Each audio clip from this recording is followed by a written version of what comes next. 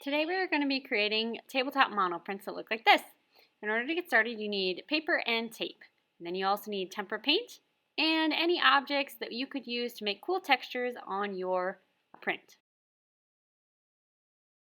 The first step is to lay down your paper and create a tape border surrounding your paper. So the easiest way to do this is to measure out 4 of your strips of tape and then pass the tape roll off to a partner, and then take the time to measure it around your border. Once you have it around your border, peel your paper up, and this is where you're going to place the paint. Using a color wheel, you're going to determine which analogous color set you're going to use. Analogous colors are colors that are next to each other on the color wheel. So notice I have red, orange, and yellow here. You'll also notice that red, orange, and yellow make up the warm color, and then cool colors can also be an analogous color set, or you can use red, orange, and violet to make another analogous color set.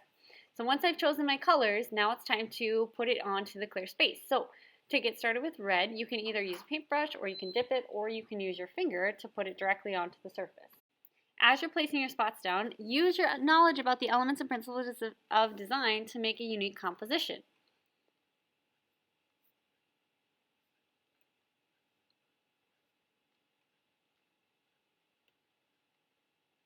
After you've placed your dots, you can clean off your hands and start grabbing different textures or varieties in order to start spreading it around. Notice I'm using a brayer for this example.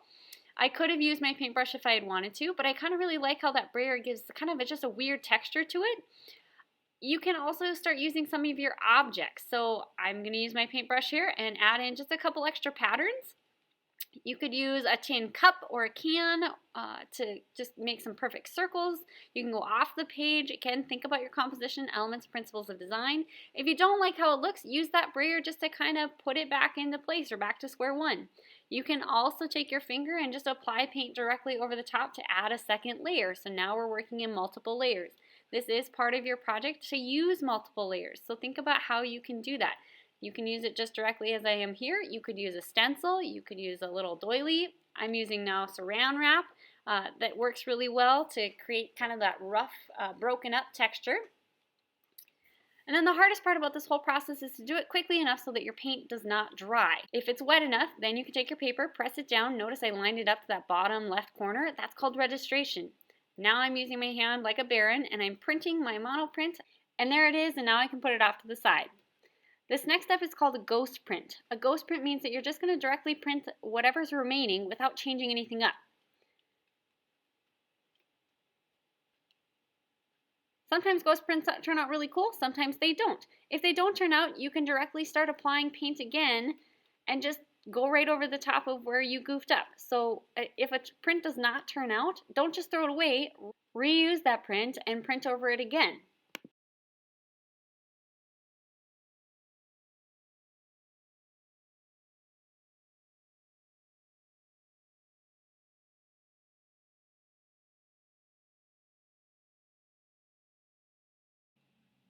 After I've made a new design, I can then reuse my ghost print, or the one that I didn't like very much, and make another print over the top to see if I can fix it or make it into a print that I do like.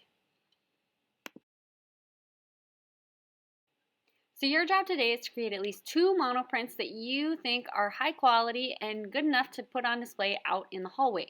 You are welcome to use up to 3 sheets of paper though to create your prints. After you've created your prints, it's time to clean up. So put your prints away carefully. Do not stack them. Put them in your art bin. Then you can carefully use a washcloth, wipe down all of the paint that's inside the tape, peel the tape off, throw it away in the garbage. Then you're going to take your brayer and your paintbrush and anything that you used today, and you're going to take it to the sink and make sure it's 100% clean. Be sure to put everything back exactly the way you found it, if not better. So if something's misplaced, put it back where it belongs. Make sure everything is 100% cleaned up off of your desk. So if you need to, you can spray it down one more time and dry it with a dry paper towel. Again, make sure your prints go back into your art bin. Do not leave them out, otherwise they might get misplaced. And that's our mono printing for the day.